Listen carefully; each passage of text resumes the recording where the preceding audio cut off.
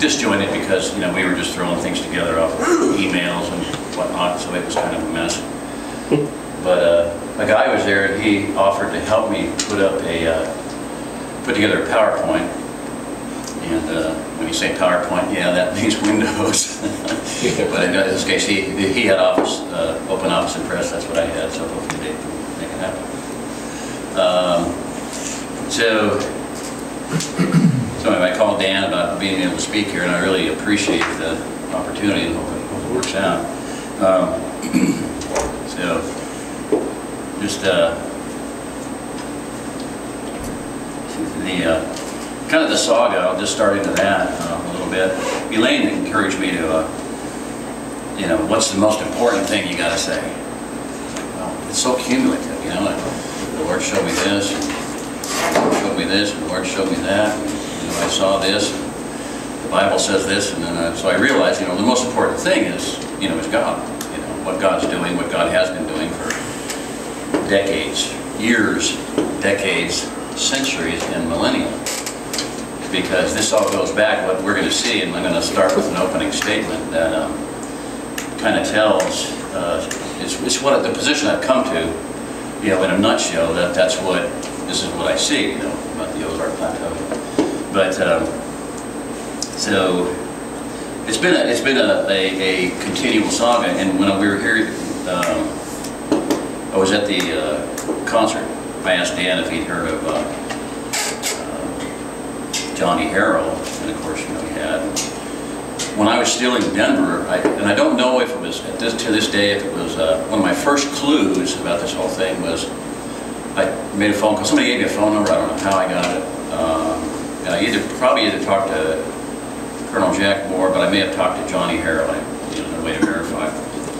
But they told me that, he told me that, you know, we need to be in the breadbasket of America. And their designation was Scottsbluff to Lubbock, Texas, Atlanta, Georgia, Pittsburgh, Pennsylvania.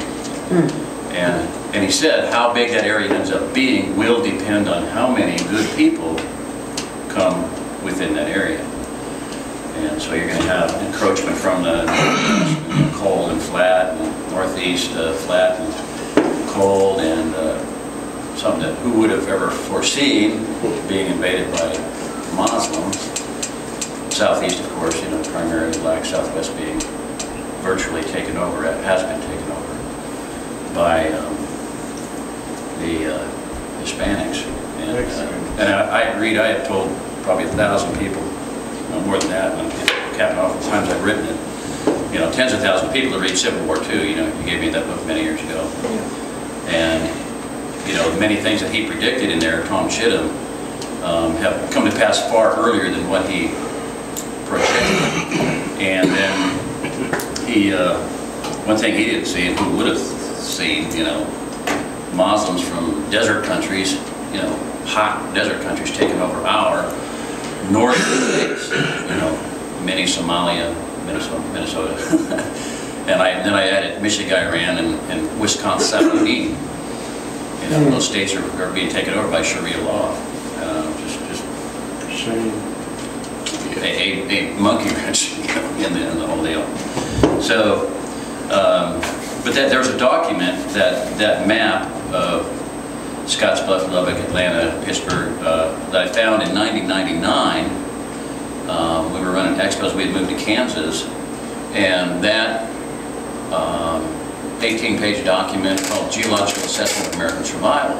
And so that started, you know, keying in and clarifying, more thinking, crystallizing my thinking.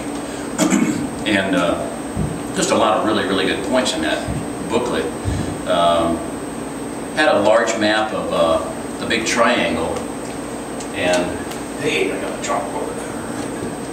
That'll be even better. That is awesome. I've got a little one, and it's been beat to pieces over the years. Oh my gosh.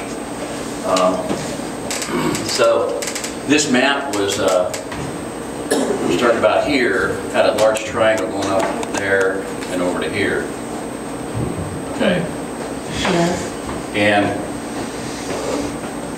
later, just in the last year, a lady from, I don't know where, sent a map exactly like it, but with a lot of additional notes, to a man that runs a website called Archive Ministries, and he posts my literature on there. In fact, I met a couple at another Tabernacles gathering, and a lady, I mentioned, the guy moved from LA, managed to sell his house in LA, and moved here.